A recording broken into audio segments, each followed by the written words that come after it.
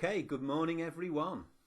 I am Richard. I'm a qualified primary school teacher, but I'm also an academic. I'm a lecturer at the University of Dundee. I'm not one of those boring academics, but then of course every academic would say that, wouldn't they? So perhaps you can judge by the end of this presentation. You might be able to tell from my accent, I'm not originally from Scotland or Dundee. I grew up in the northwest of England, in Preston, and I've also lived and taught in the northeast of England, in Newcastle and Sunderland, and I moved up here to the northeast of England about 8 years ago. And Dundee's a great little city. If you've never been, you've not had an opportunity to visit, I would encourage you to do that. And in fact, some of you might even consider relocating at some point in your careers. And I would say consider Scotland. It's got a beautiful countryside, got some really nice, friendly people. It's got interesting places to visit. It pays well. Check out the teacher salaries for Scotland. And interestingly, there's no Ofsted, so that might be something that might attract a few people as well. Now, I'm going to talk a little bit today about Grassroots CPD, and BrewEd's a good example of that. And I want to briefly mention first this idea of terminology. And academics do love to define a term, but I'm not overly bothered in this situation about what we're calling this idea of Grassroots CPD. I mean, it could be informal learning, it could be do-it-yourself CPD, it could be self-directed learning, or to give it its technical term, hudagogy. But I don't want to get bogged down in that.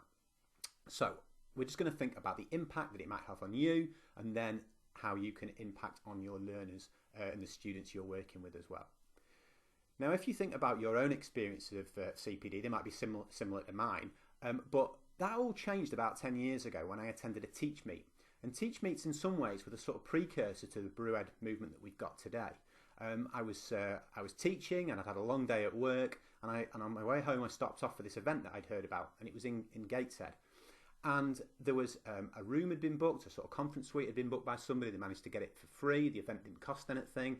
There was some free food laid on, which was always a bonus at the end of a busy day. There was a really engaging presentation from a speaker. And then we had an interactive sort of activity planning session where we looked at the national curriculum in some detail. And I'd never done this before in my time on teacher training or during CPD as a teacher. And it shifted the way I saw the opportunities for CPD. And alongside that, at the same time, I'd had a CPD session in school. The sort of thing on a sort of Tuesday evening at the end of the day, the staff meeting CPD session, it was every week. And the session was delivered by a local authority literacy consultant. And it was aimed at upper stages, so upper primary school stages, for reluctant or struggling readers, and the way in which we could use picture books, perhaps to open up discussion and talking to lead into reading. Now, it wasn't a bad session.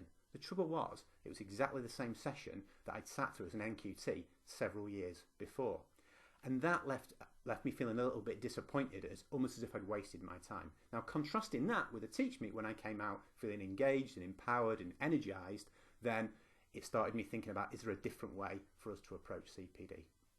Now, BrewEd is one approach to this, Teach Meets are another, but there's a few others out there that you might want to investigate. So one of the ones that's available in Scotland is something called Pedagogue. You might have come across this, you'll find it on social media, on Twitter, and there's other movements on Twitter like EdChat, and you might engage with these discussion groups and look at the websites as well, and follow up with events relating to that too.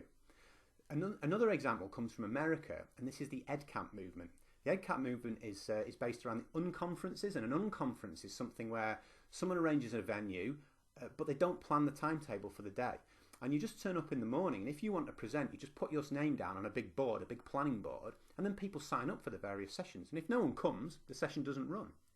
And a really interesting thing about the EdCamp approach is that they have this rule of 2 feet. The rule of 2 feet states that if you're not getting anything out of the session, you get up and you just walk out. Now, I think that's really interesting because the attendees are empowered to make that decision as to whether they think there's any value to it or not. And because it's a fairly sort of low stakes environment, people don't mind, and that's fine. And I do wonder sometimes that if we had that rule in academia and university, maybe during my own teacher education or perhaps the lectures I give, what would happen if students just got up and walked out? It would be one hell of a motivator to deliver some decent quality sessions and make sure that learning really mattered.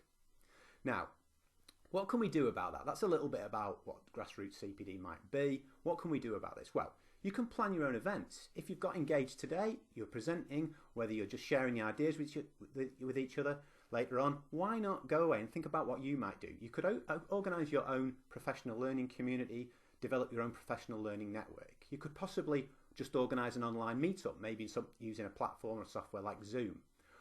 But when you do, reach out and ask for help, ask for guidance. This community, this online community that supports all these grassroots events and movements, they are phenomenally supportive and they want everybody to do better and to help each other. That's what teachers do. They're naturally inclined to help. Now, the other thing you can do is you can try and draw on ideas from formal research into professional development. And what the research there suggests is that when it's really effective, there's a rhythm of delivery. So within school, a minimum of a couple of terms. So you can apply that to yourself. You want to give yourself time to reflect. You want to return to some of the ideas that you've possibly taken away from any particular events that you've engaged with. And then, just as importantly as that, is there needs to be a focus on the outcomes for the learners and the young people that you're supporting.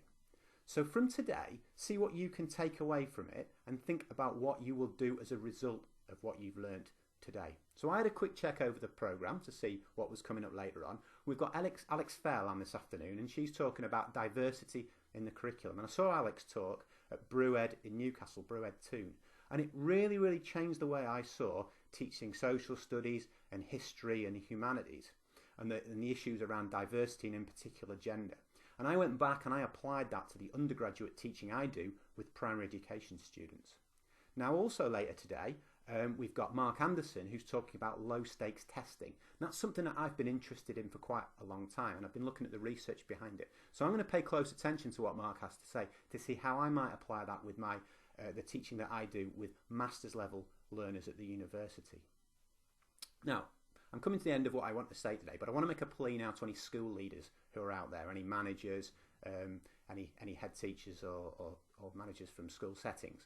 I'd like you to consider this. If one of your staff comes to you and says that they're going to a BrewEd at a weekend or they're doing some other similar grassroots CPD, think about how you can encourage that amongst the rest of your staff. You could maybe offer them some time off so that they can then go and plan some CPD to deliver to the rest of the staff about what they've learned from the session that they've been attending on the weekend.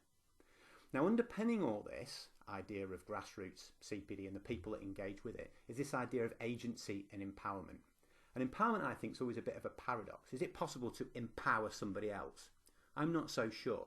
But what you can certainly do is you can create and foster the conditions to encourage and let this approach to learning flourish. So try and enjoy today, make the most of it, and try and keep this momentum going.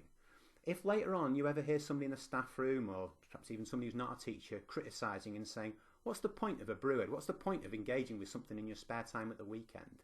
Try and challenge that. Do it in a respectful, constructive manner, but try and explain what the benefit and the value from attending this actually was.